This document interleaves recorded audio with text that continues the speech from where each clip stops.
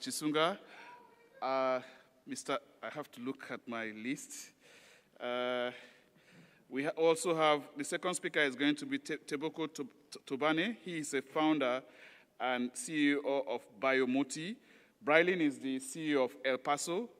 And then we also have Greg Biddle, the founder and managing director of Farmer to Farmer.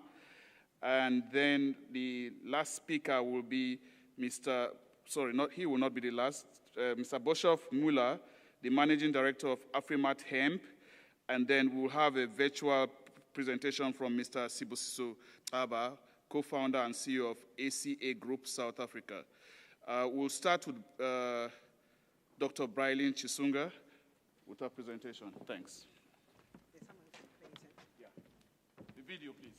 Thank you very much for the opportunity, and good morning or good day to everyone and everyone who's streaming in. I'm Brylin Chisunga. I already introduced myself, a medicinal cannabis farmer and also a hemp license holder. There's a video that is very important that I would like to play, and that also forms the whole part of the whole value chain, which we've partnered up with Biomedical Emporiums. Please, can you play the video for us? I'm Dr. Judy Pretorius, the head formulation scientist at Biomedical Emporium. Biomedical Emporium has a few laboratories, and these laboratories come with various classifications, from ISO 5 classification right through to the ISO 8 classification, clean room facilities, where we are able to perform research and development, and also to design and develop and eventually manufacture products. So our focus mainly on products that we manufacture within the biotechnology industry falls under the umbrella of dermatology applications, so mainly products for external use. So we have an emporium of products to address very particular concerns such as pigmentation, acne, aging, hair loss, body concerns, keratosis pilaris, etc., etc. So many external concerns that we can address. So one of the things that we've decided that we would like to incorporate from a concept into a commercial product is, of course, within the industry of phytomedicine. So we have collaborated with the El Paso farms, where we will receive some of the very particular and very scientific plants and hybrids, cannabinoid hybrids that they make use of in our system, where they'll supply us with the raw material, we'll extract some of the raw material, perform various tests on these cannabinoid extracts to see that we actually first, number one, get a proper and a purified extract, and number two, that it's going to fulfill a few functions for us that can be used in our external use application projects or products.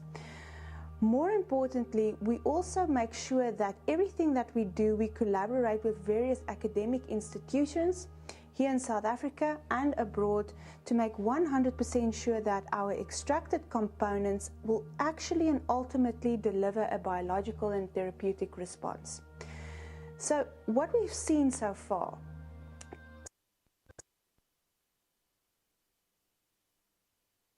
some of these cannabinoid extracts have proven that they are very prominent tyrosinase inhibitors, which means we can take these extracts and put it in commercial dermatology products to assist with the process of pigmentation. Many people suffer from pigmentation, sunspots, melasma, etc. Another thing that we've discovered is that the cannabinoid extracts are very powerful antioxidants, which means that, again, it can be used within the anti-aging arena. We've also seen that the cannabinoid extracts are highly antimicrobial. So individuals who have some form of a bacterial infection on the skin, such as Cuticum bacterium acnes, for patients who suffer from acne, we can incorporate some of these ingredients to address the concerns of acne.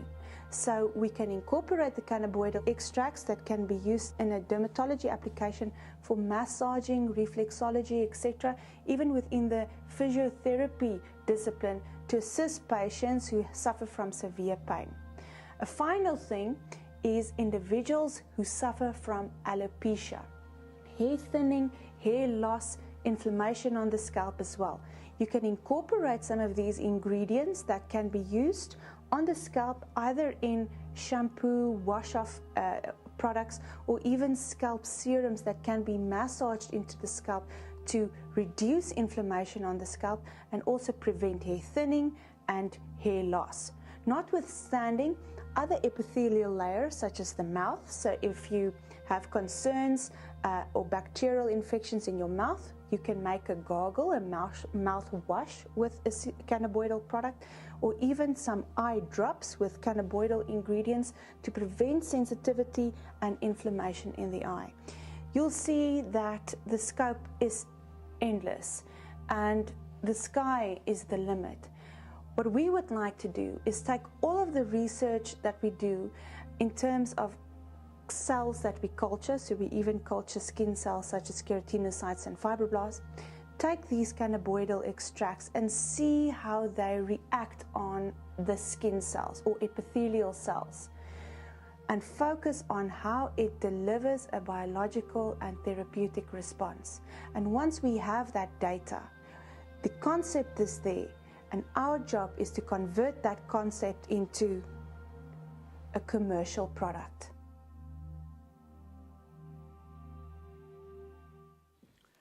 Right, thank you very much. So that is Dr. Judy Pretorius, a compounding pharmacist. So I'm sure you can agree with me that there's a lot more to it than just us growing and without the knowledge. So we've also partnered with partners as Harvard Medical School, Dana-Farber, Johns Hopkins, Imperial College in the UK, Oxford. I've just come back from the US where I chaired the International Phytomedicines and Medicinal Cannabis. So it's not just the medicinal cannabis, we're looking at the phytomedicines as a whole, medicines from plants. So it is something that we are looking at. Why do we not create hubs and we can all partner together? The last slide, which I'll just quickly put through because I'm mindful of the time, is how have we become very successful and what it takes to be a successful farmer as well. It's just a slide on tracking and tracing. I'll just go through it very quickly. So it's Cannavigia, as you can see, it's a Swiss-based designed seed-to-sell compliance software. So we are able to track all our seeds from when we plant them.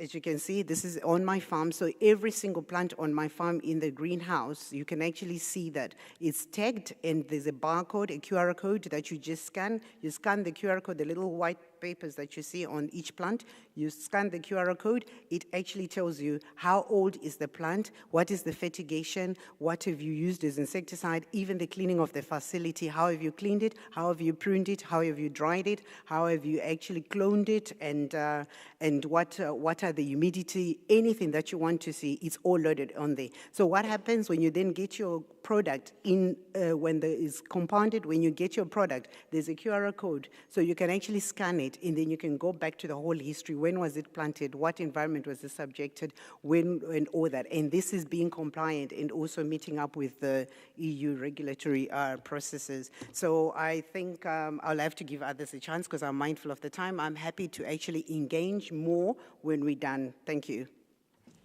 Thank you. We'll now listen to Mr. Teboko from Biomotive.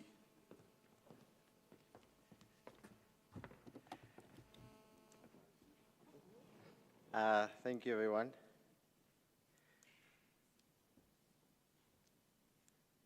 Technology is doing its thing.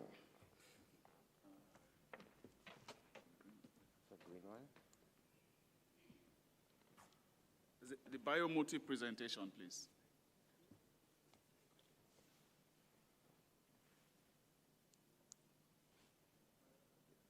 Okay. All right. Hi, everyone. My name is Teboko Tlhopane from Biomotive. I'm the founder and CEO of Biomotive. We've been around since 2017. What you see there, it's a couple of stuff that we make ourselves. I remember when we started, my mother was worried that the cops are going to knock down our door. And I said to her, look, I mean, I think it's easier to ask for forgiveness than permission. And I think if we didn't do that then, we'll probably not have been here right now. I was going to take you on a journey about, cannabis, where it started, and stuff like that. But I'm sure you already know that, so I don't want to bore you. South Africa's got a longest history of cannabis than most countries that we know. In actual fact, our laws that we know as the current situation as it is that makes cannabis to be Schedule I drug was actually sponsored by the South African government, if you didn't know that. So it's one of those laws that we still call it the apartheid law because it's literally been exactly that. But fast forward to where things are, there seems to be an opportunity where we can participate meaningfully, hopefully it can be inclusive. At the moment, it's pay to play, everybody knows that. And I think the challenges that we have, and most people, including the gentleman that was sitting there with the Khoisan, was that the current legislation is really, really prohibitive for anyone to partake. Even the hemp permit itself, it's actually quite hectic that you have to fence it up and all sorts of things, which at the end of the day, we're talking about, a harmless, non-toxic product that's coming out of CBD and various other different things that you can get. So with a quick definition of what hemp is, it's a low THC plant. And you can decide what it is. In Switzerland, it's 1%. And I don't even have the sun that we have here. So you can imagine. So it would be amazing if we could actually look at those discussions and see how can we actually bump it up so that we can actually have an inclusive kind of a product that anybody can grow. If this is actually a crop that has such a diversity, as you can see there, I mean, it does everything.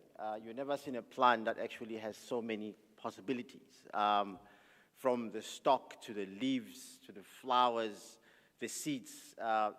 Everything in that plant doesn't go to waste. You take the heads off of the plant, you're making CBD that will be used by us.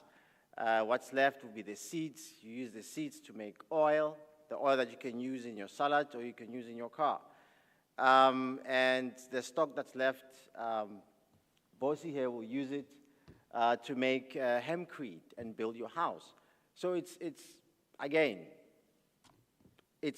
an opportunity of a lifetime. And I think if we grab it and we grab it our hands and tight, we should be able to do something amazing.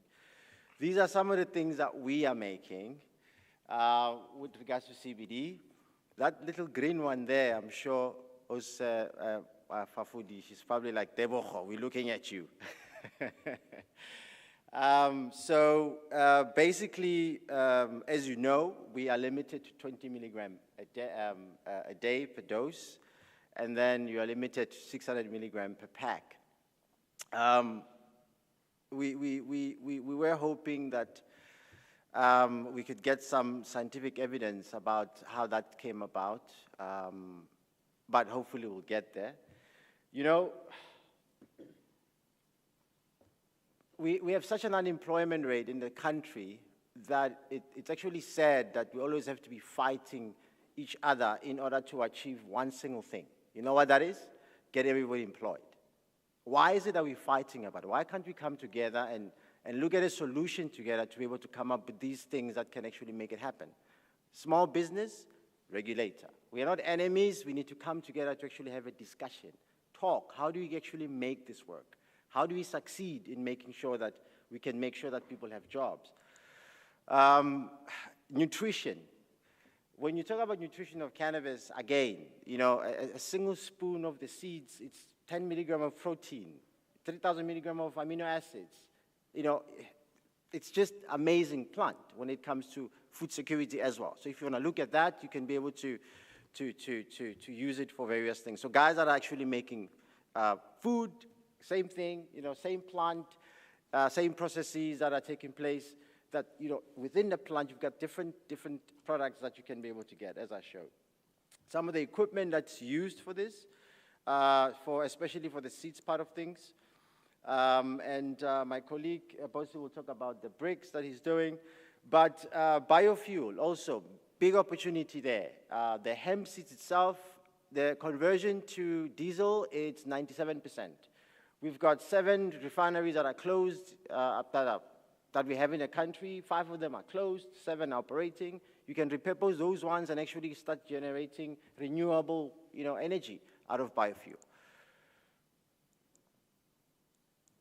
Clicky, clicky. Stuck again.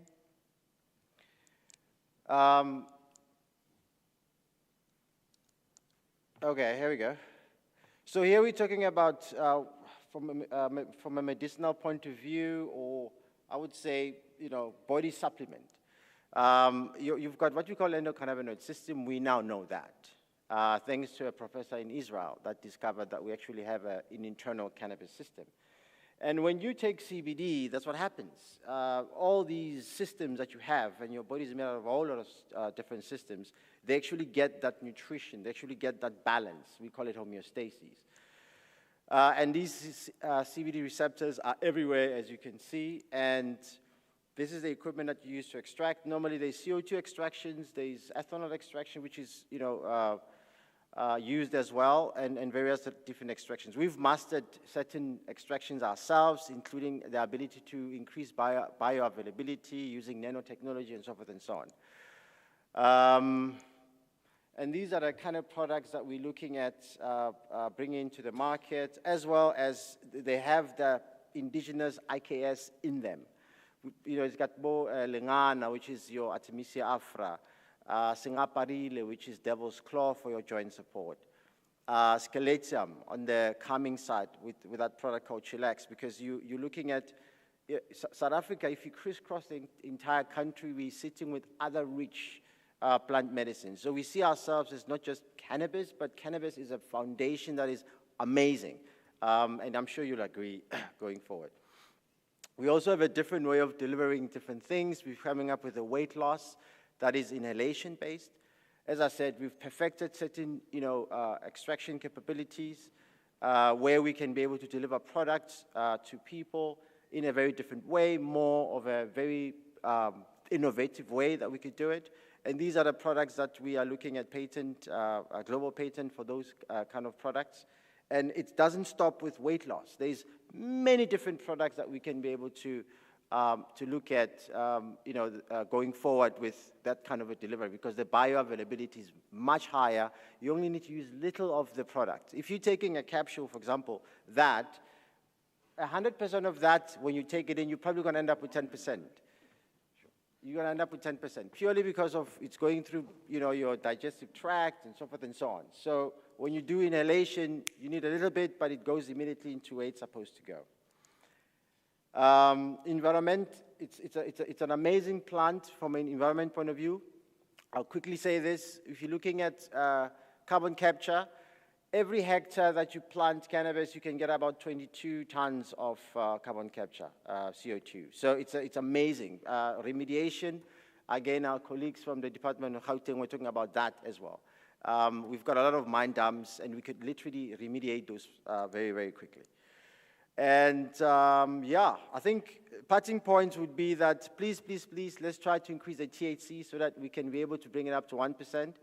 Then we don't have to have farmers destroying their goods and whatever they harvest, which is what will happen. Our sun is very, very, very hot, and we really can grow some potent stuff. So ideally, let's increase that. And let's engage. Let's talk. Let's try and get together to try and come up with solutions that are rapid, quick, not 2 years or whatever down the line. Thank you, guys. Thank you.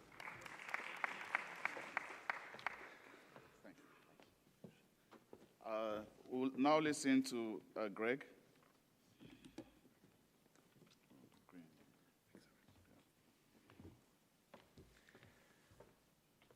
Good morning, or is it afternoon, everybody? Afternoon.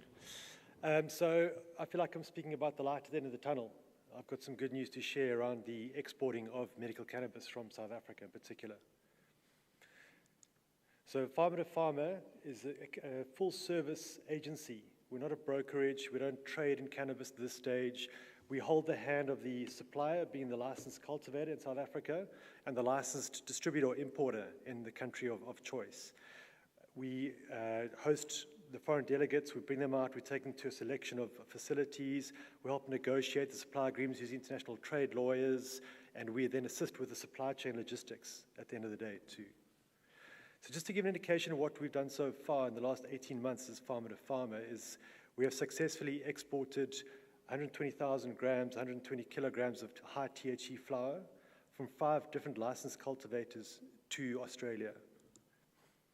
We have shipped 10,000 units of a 1-to-1 THC CBD CGMP oil medicine to Australia, manufactured in Gauteng.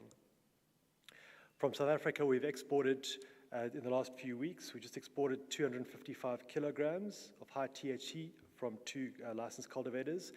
And the exciting part about that is that we've managed to secure 2 4-year supply agreements. Now, if you'd said to me a few months ago, Greg, do you think you and your team can secure a 12-month supply for any licensed cultivator? I mean, Brylene will agree with me on this. It's really tough to negotiate those kind of terms. But we've successfully negotiated 2 4-year supply agreements with minimum annual quantities committed and large upfront deposits from the German importer. We've also shipped 250 kilograms of CBD flower into Switzerland from a cultivator. Israel, small country, 10% of the population of Germany, but imports almost 50% more THC than Germany does at the moment. We've currently got 250 kilograms. We send samples across, waiting for the final test, and we'll have 250 kilograms shipping across there in the next few weeks, hopefully, from 2 cultivators in South Africa. This has been achieved, this has been done, and this is just the start of what's to come in terms of future working with licensed cultivators. Here's just some proof. It's always good to show proof versus talking about it. On the left is of your screen, the silver thermal packaging is 150 kilograms of product packed on its way to Germany. And on the right is 105 kilograms of 2 varietals that are shipped to Germany. Just an indication, there's a lot of detail that goes into this kind of business. On the left, you'll see a very tightly packed bag of biomass, vacuum packed to try and save weight and space, because you pay for your bulk as well as your dimensions and your weight when you're shipping. And on the other side is a loosely packed flour in a compliant bag according to what the client asked for. Always very exciting to see these permits arrive. On the left is a permit to import from the TGO in Australia, and on the right is from SARPA, Department of Health export permit that we'd use to export the product. An example of a medical oil that we package and manufacture locally, exported to Australia, give you an indication of that. And then this is seen in Switzerland, right? So Switzerland, big CBD market. CBD flower is seen as a tobacco replacement. So literally these are South African weeds, as you can see on the bags there. South African grown product on the shelves in Switzerland. And you literally walk into a kiosk, like a 7-Eleven here, and behind the till point, you'll see a selection of CBD flower available to buy instead of tobacco. It's a very exciting industry, very big industry, and very active at the moment. And what's to come? Tebogo mentioned he already has an inhalation product, but we're working with contract manufacturers that can actually make a THC or a THC CBD inhalation device, which Tebogo's already covered in terms of the benefits of that. So where are the commercial opportunities from South Africa? We know we can sell smoking quality flower or A-grade bud, THC, CBD, CBG or smaller market, it's still developing. We have the biomass, which is the smaller, the popcorn trim or the balance that we can sell for extraction starter material as milled flour. And then the extract products. I think it's going to be a big growth part of the industry where your crude extracts, your non-winterized or your winterized, decarboxylated, non-decarboxylated, your different distillates and your isolates from all 3 of those flour products. And your final products.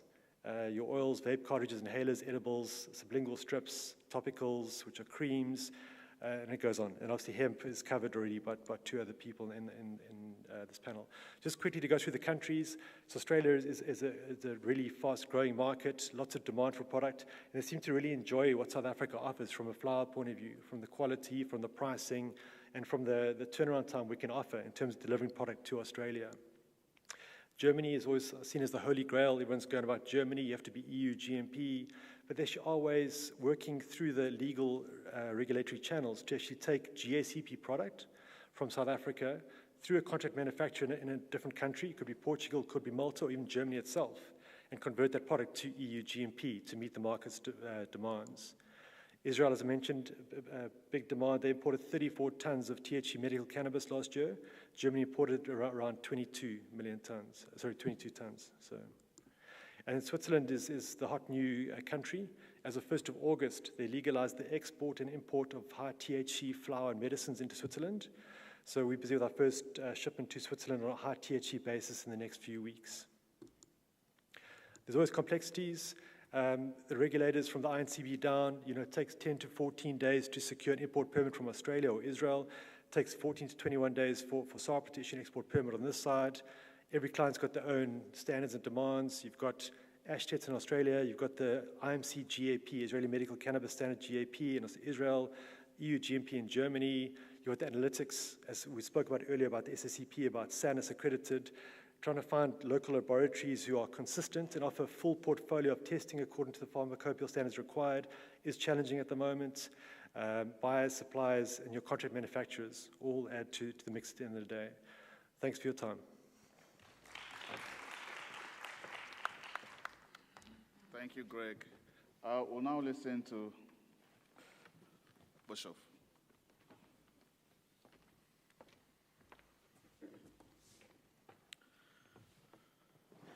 Good afternoon, ladies and gentlemen. It's a great privilege for us to be part of this BioAfrica 2022 convention. I want to give you an entrepreneurial perspective into the hemp market, and I want to share with you some good news. I want to join you into sort of celebrating with us in a sort of a achievement that we were involved with, and that got some media attention over the last few weeks, in that we've constructed the tallest building in the world using hempcrete as an infill material.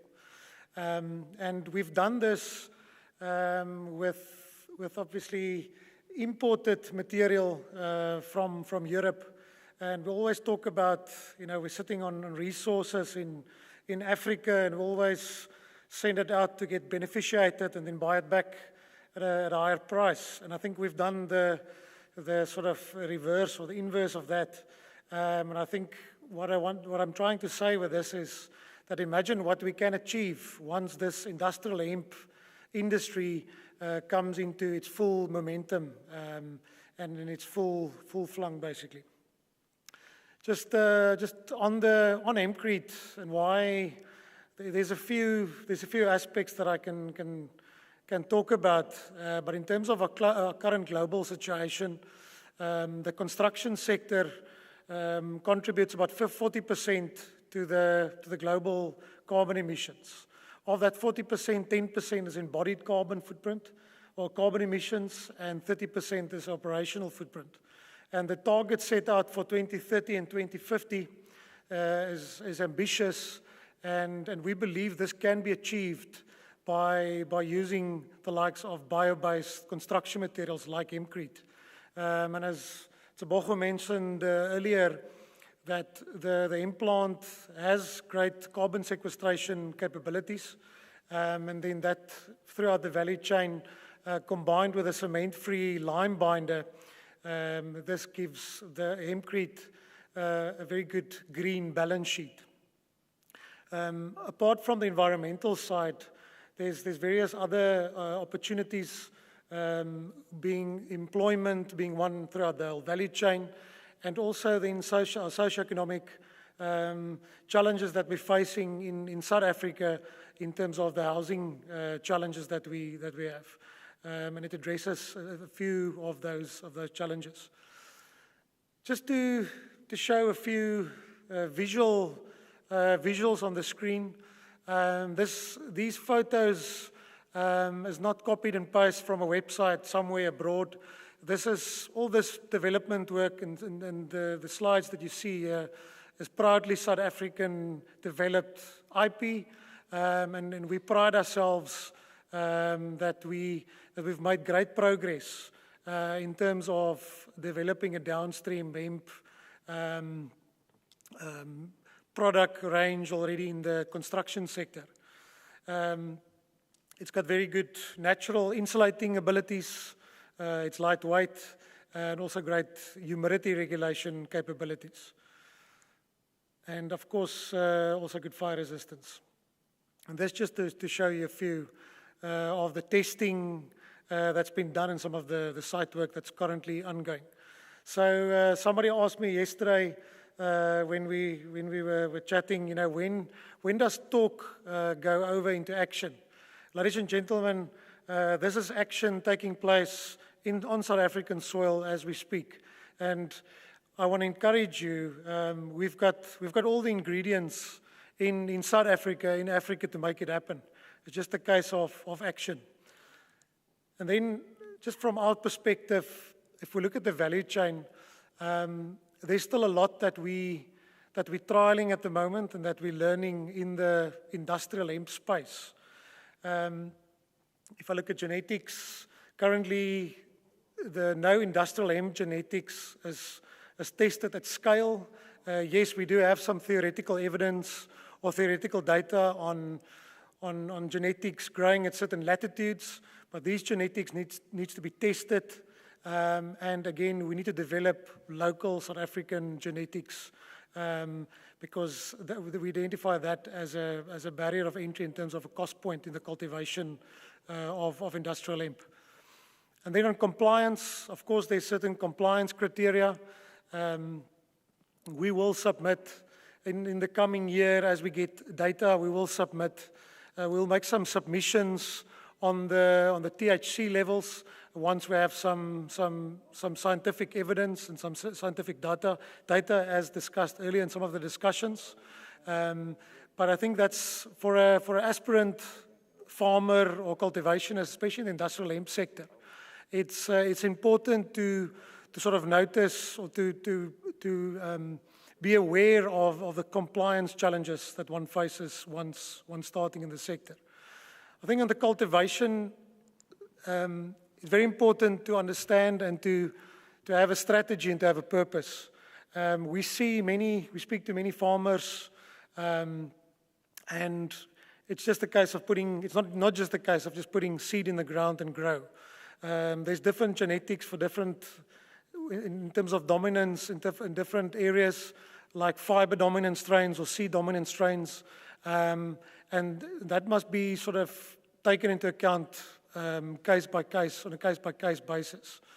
And then I think the most important challenge and sort of learning that we need to go through in this coming year, in the first sort of planting year in the industrial hemp space, is to understand that there's a total different approach to medicinal cannabis versus industrial hemp. I like to use the example of you're not going to send, if you have a table grape farm or a soft fruit farm where you have guys with scissors harvesting your grapes, for instance, you're not going to send your grape harvesters into your grain field to harvest your grain field. And I think that's very important and we see this already, and it's been mentioned that there's education necessary. I think there's a lot of education necessary to understand the difference between medicinal cannabis cultivation and industrial hemp cultivation, because there's such a massive difference between the two. The last thing that I want to say on the industrial hemp is that if we look at policy as well, again, we're still learning, I think, from a downstream developer, from an entrepreneur side, from a cultivation side, from a policy-making side. Something simple example, like, for instance, fencing around a big 50-hectare crop. If you look at the cost points, things like that on a practical level makes it very difficult because you're working with a high volume, low value crop in the industrial hemp space. And then just on the processing, again, very important to sort of understand your input, your output, your capital expenditure into your processing if you sort of participate in that section of the value chain. And then I think on the manufacturing side, there's also compliance in terms of certification, specification. That's where our core business lie. we are in the process of getting our Agri-Mar certification for the hempcrete building materials that we're using in the industry. And it's very important to have that standard, especially in the construction sector. And then on the commercial side, I think the challenges currently that we're facing is that market acceptance for bio-based construction materials. We, especially in South Africa, we sit with a very conservative construction industry. But if we want to make a real change in the future, we need to adapt, and we need to start looking at different ways of doing. We can't maintain the status quo.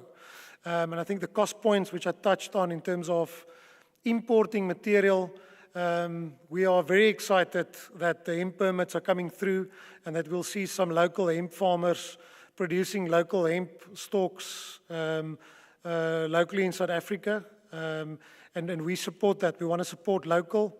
And that will help us with our cost points as well. And government, if we look at government's part also in the value chain, we've heard various sort of initiatives. We as in the sort of private sector can't get this wheel or this value chain going by ourselves. We need the support of government on sort of both aspects of the value chain. But I want to share with you the good news. I think this is a very interesting and very exciting industry and also path ahead. So we're looking very much forward to add value in the sector. Thank you very much. Thank you. We'll now have our last speaker. He's Sibusiso Kaba. He's going to call from UK. I don't know whether he's online. Doctor, can you hear me? Yeah, we can hear you. Excellent. Okay, we can even see you. Brilliant. So are you going to project from your side or? Yes. I'm going to share my screen now. Hopefully you'll be able to see. 1 second.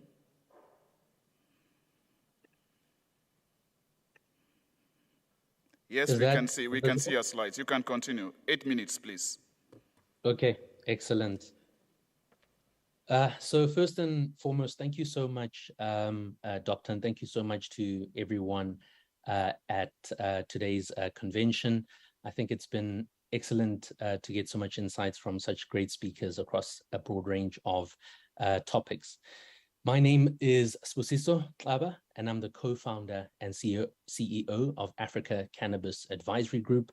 We're a services provider specialized in the medical cannabis and industrial hemp industries. Today,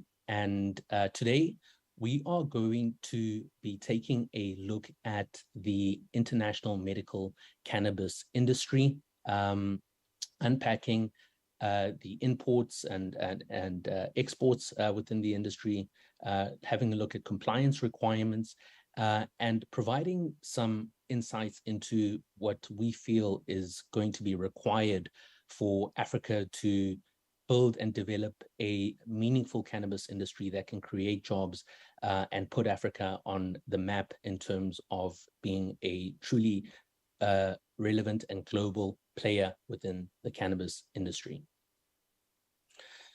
So I think first and foremost, I'd like to just set the context in terms of where we are today and how cannabis has shifted from an illicit substance that governments were spending billions in order to eradicate to now being an accepted medicine and where billions are being poured into research and making cannabis more accessible for medical use. The real catalyst in terms of the legal and global cannabis industry is really Canada. In 2018, Canada became the first G7 country to fully legalize medical cannabis, putting into motion an international domino effect where more and more countries around the world legalized cannabis or made access to cannabis for patients a lot easier. And so from 2019 to 2021, we saw an over 10x increase in global trade when it comes to medical cannabis, from about 5 tons to about in 2019 to over 60 tons in 2021.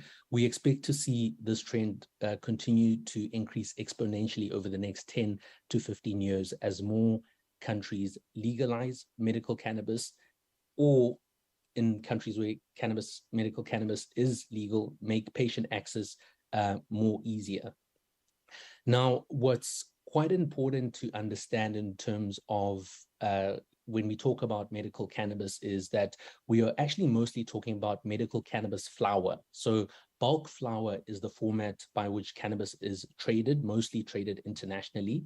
This flower is either packaged into sort of the final form for patients in flower format, or it is extracted and formulated into products that go into tinctures or capsules and so forth. The other really important consideration to understand when we talk about medical cannabis is that medical cannabis is largely a complementary medicine or an unregistered medicine. So it hasn't gone through the full pharmaceutical drug registration process, and really has to, in most legal markets, prove for safety and general efficacy, or reasonable assumption on efficacy. There is one company, however, that has, over, I think, 15 years gone through that very difficult and costly process in order to register cannabis drugs and get full market authorizations. And that's a company called GW Pharma, based here in the UK. The company was actually acquired in 2021 for $7.2 billion by Jazz Pharmaceuticals. So it's just important to note that we are really talking about medical cannabis, the unregistered format, which is the vast majority of the format that cannabis is being traded and made accessible to patients. So very quickly, this is a global snapshot of the importing countries of medical cannabis across the world. What's really important to note is that North America is the engine room of the global medical cannabis industry. The US medical industry alone, the US cannabis industry, which includes adult use and medical cannabis, is just under $30 billion. It is a massive, massive industry. Canada, as we mentioned, has been the catalyst for a global industry, but these two destinations are not, you cannot export to these two destinations. Canada, because of how much investment has gone into cultivation, they've just made the requirements to get your products approved for import near impossible. So they pretty much are protecting their domestic industry. The US, interestingly enough, as much as it's the largest cannabis industry in the world, cannabis is still federally illegal. So global trade cannot happen in the US, so much so that you cannot even trade cannabis within states across the US, because crossing state lines means it goes into a federal legal framework. So it's important to understand that for now, North America is not part of the global medical industry in importation sort of group. Now, the main regions of activity when it comes to importation of medical cannabis are really Europe, Israel, and Australia. That makes up the vast majority of importations of medical cannabis and the largest number of registered medical cannabis patients in the world.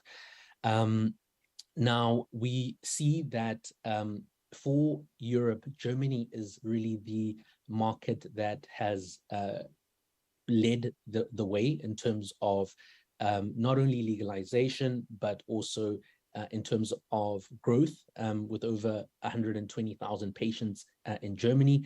And Germany is actually on track to fully legalize cannabis in a similar way that Canada did a couple of years ago. And so there's a significant amount of focus from cannabis operators and suppliers to access the German market, which is extremely difficult, and we'll touch on that very briefly in the presentation. Now, looking at the export side of the equation, naturally, Canada has really played the leading role here. With the amount of investment that went into the cannabis industry in Canada and the significant amount of cultivation capacity that has been developed, Canada has really been the leading exporter of cannabis into the rest of the world. However, we are starting to see a recalibration of what that supply chain looks like. And this is where there's good news for Africa, because Africa and South America are now slowly starting to replace that supply from Canada. Now, the reason for this is because the cost of production in Africa and South America is significantly lower than the cost of production in Canada. In some instances, up to 90% cheaper to produce this exact same product from these two locations versus Canada.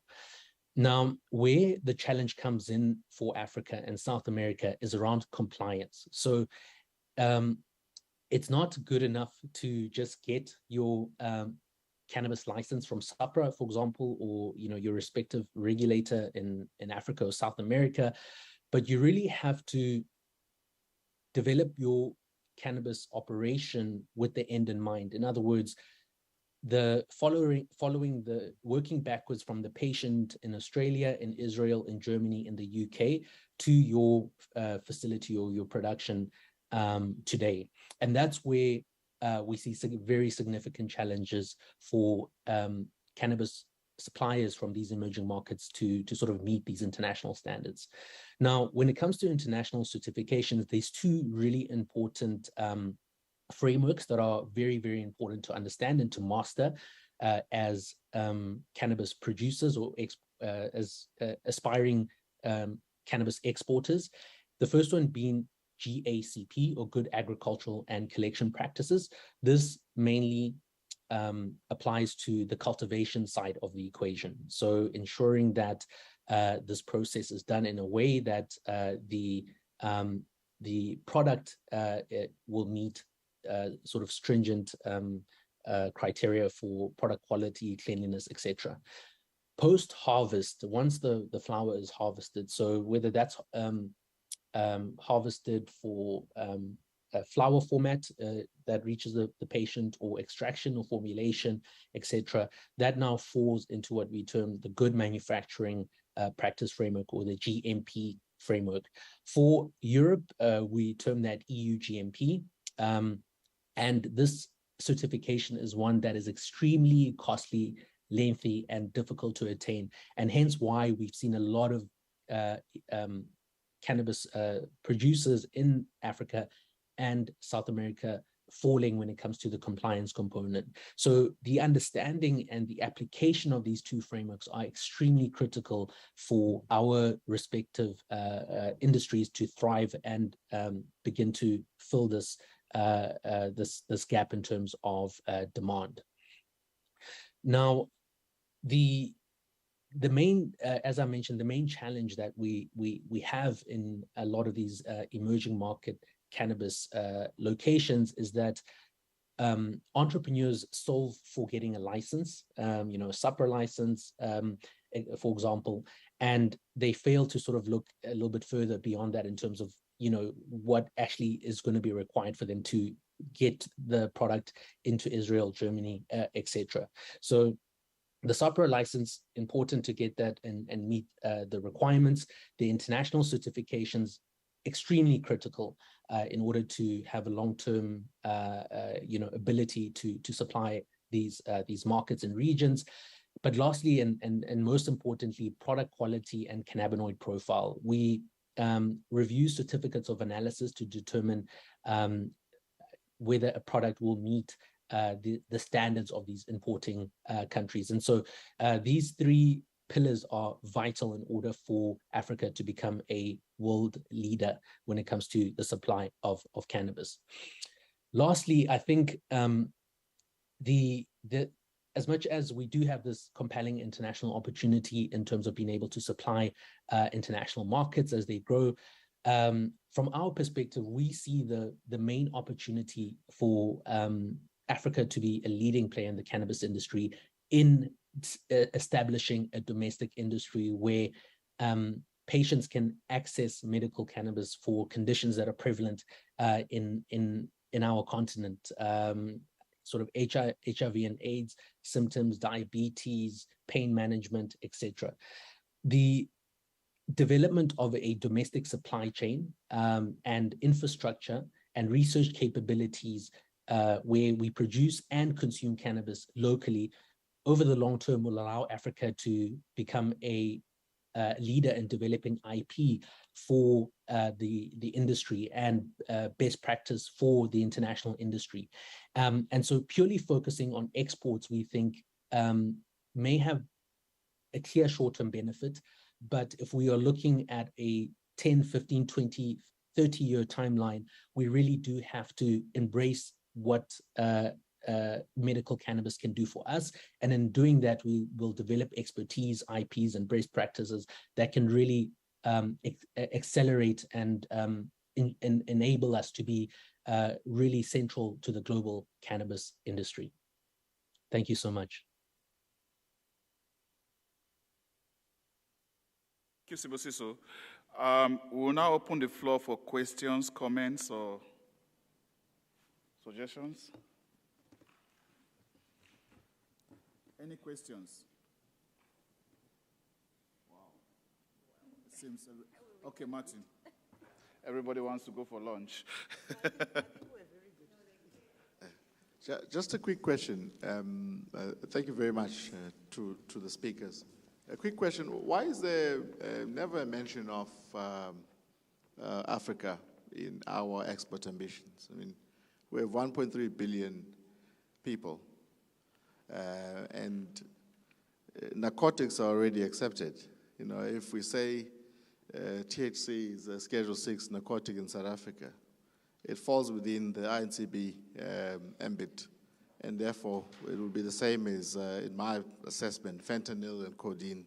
But why do we only just look at the market outside of the continent when the bigger framework than just cannabis allows us to sell there? Thanks. The question is directed to... What's the question? I'll answer that. Sorry? I think I'll answer that. Okay, you can. Mr. Magwaza, I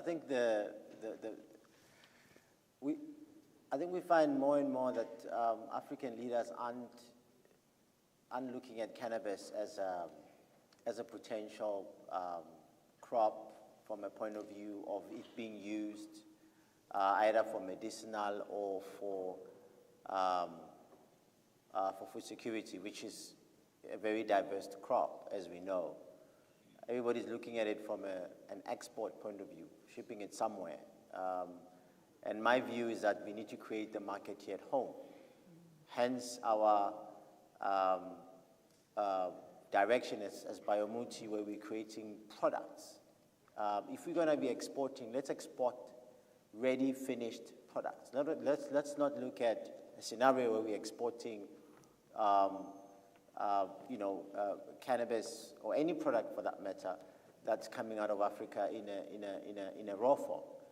If you look at this, it's a trend that goes across even all the medicinal plants, which we have thousands of them that are well sought after medicines that we still exporting in a raw form, which defeats the purpose because it means now we're importing them back into the country and we're paying much more. And yet, if we can build these resources at home where we can create these products, either be that or cannabis or any other products that we can actually add more value. I think we need to start looking at a market here at home. South Africa, Africa, that would mean that we got to have a conversation with governments. Thanks. Thank you. Do you want to say something? Yeah, sure. I think also one of the most important things is on the continent is you can see we've only got a handful of countries that have legalized cannabis. So what is really of paramount importance is the education aspect of it. The stigmatization around this plant is amazing. So the Global Health Catalyst, the GHC at Harvard and Johns Hopkins, one of the things we're trying to advocate for is for education. Education to the people, to the policymakers, to school children as well, so that people can have a better understanding of what this plant is all about. And then, as you rightly said, Martin, the African market is bigger than anything else. I mean, that's why we're combining it with phytomedicines, medicines from plants, so that at least we can map our indigenous plants as well. Perhaps we might stumble across something even better than the medicinal cannabis that is giving us a buzz. So we've been saying, let's push for creating wealth for the herbalists. They retain and we protect their IP, and creating health for the people. And I think the cost of those access to medication will be so much cheaper as well, and we'll live longer and better lives as well. Thank you, Briley. Any questions or comments? Am I missing any questions? Over there. Okay, yeah.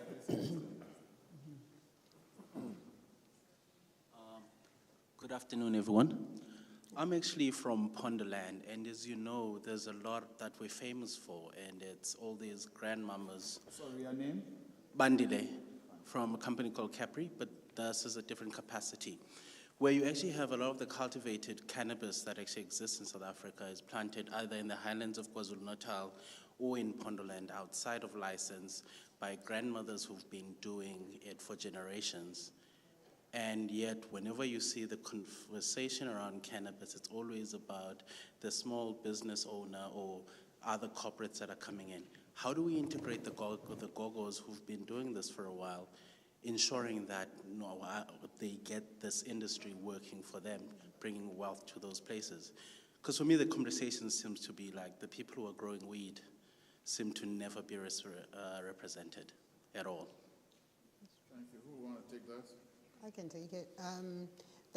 Earlier on, that's exactly the message we were trying to portray, to suggest that why don't we create a hub so that we can actually involve also those grandmothers and the smallholder farmers, because it's not an easy sector, and that's why you find there's so much disconnect now. And then see how government and some of us that are in the industry and exporters and so forth, that we can all come together, collaborate, linkages, and then avail also the education. Let's bring them on board, let's set up facilities, but if we don't have like a special purpose vehicle to drive the sector, we're not going anywhere. So it's like we're working against each other. We're working in silos. We need to actually establish, whether through the departments or whatever, a hub, and we are ready and we're prepared to come on board and help. Perhaps we can use schools as a vehicle, because we need to actually get the kids to understand the importance of it. Vision 2063, how many of us in this room are going to be there, and how old are we going to be?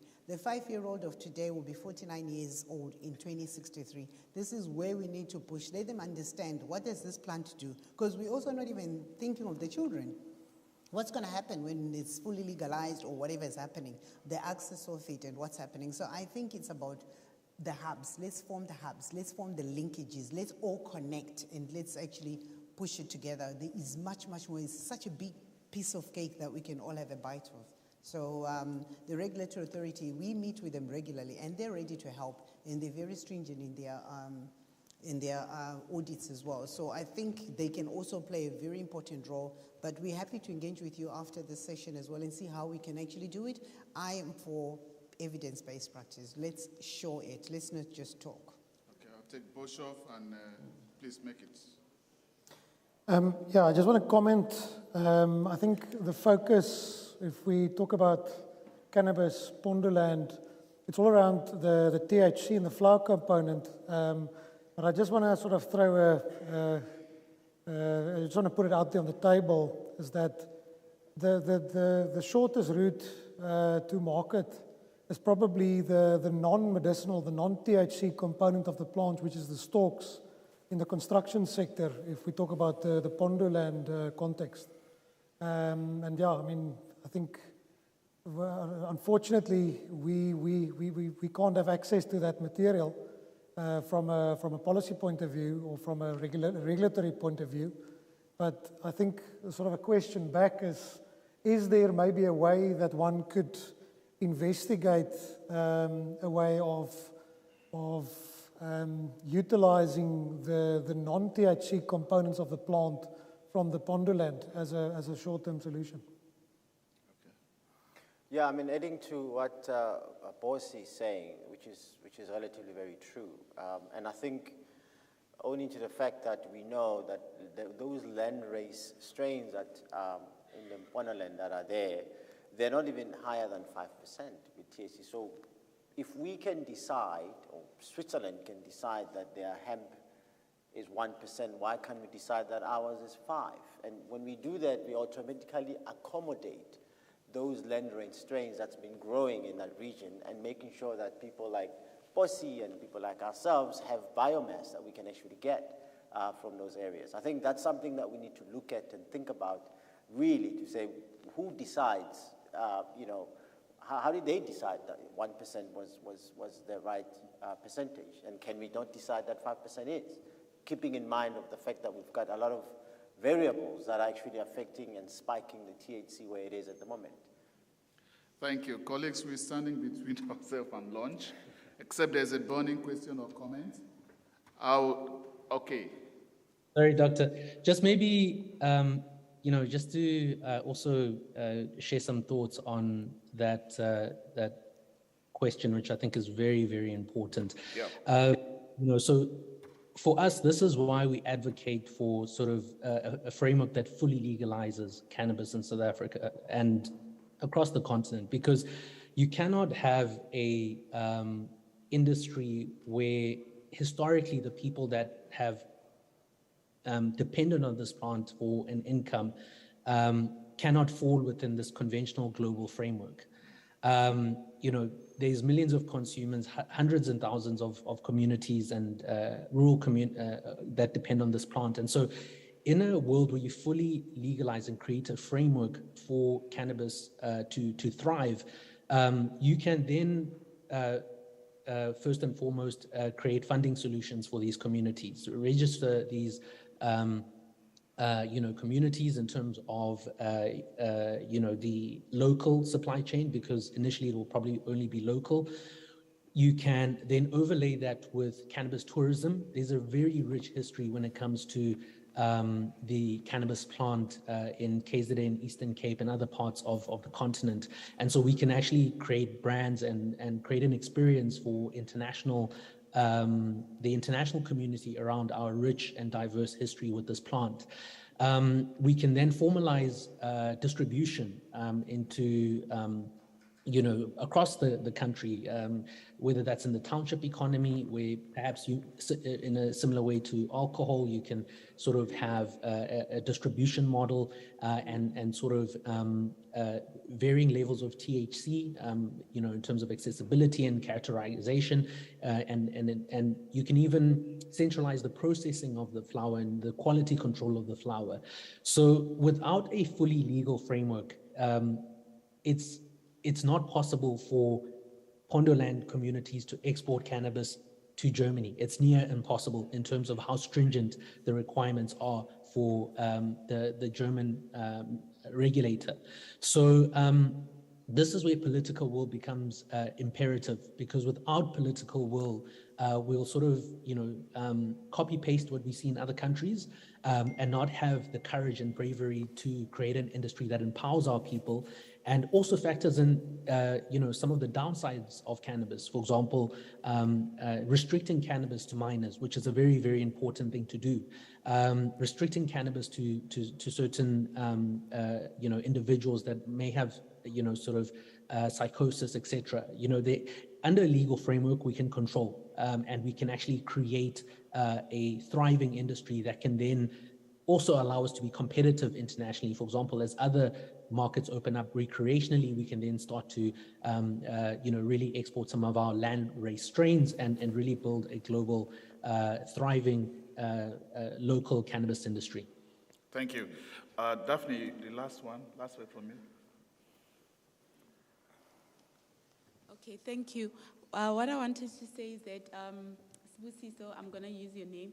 So if we hear about the low THC cannabis, that is above 0.2%. So what we are requesting is that people like you who are able to make a submission on behalf of the Pondolands to say that can this be, the schedules be reviewed? Because as we said, we need evidence, and they've got evidence. Can we get the evidence in order to amend the schedules so that we can enable this?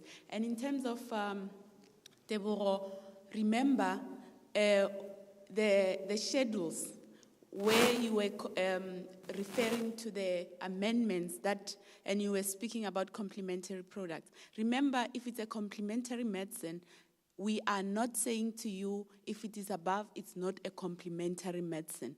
We are just saying that in terms of the claims and all that, the moment you are making claims, it does not exclude it from complementary medicines. However, there is that framework of complementary medicines. At the moment, they are not yet called up for registration. However, you can submit a dossier and supporting information to get your product marketed.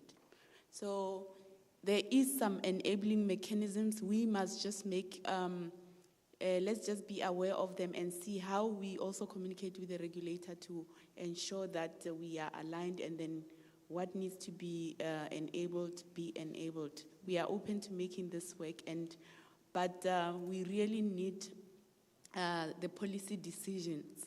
We need policy to be intentional and quick about this to ensure that we don't lose we don't lose in this, because South Africa is very pivotal. It's a key player in this space, and we have quite potential. And I believe that because if it's a low THC, I mean, we have had the testimonies of products. Hemp can make thousands of products. So let's get that submission so that we can enable the industry. Thank you. Thank you, Daphne. With the last word of Daphne, I would like you guys to give a round of applause to our distinguished speakers. Thank you. I declare the session closed. Please, you can go for lunch. The next session is going to start very late, so we save some time for the next session, which is the research and on research and development session. Thanks. Bye. Bon appétit.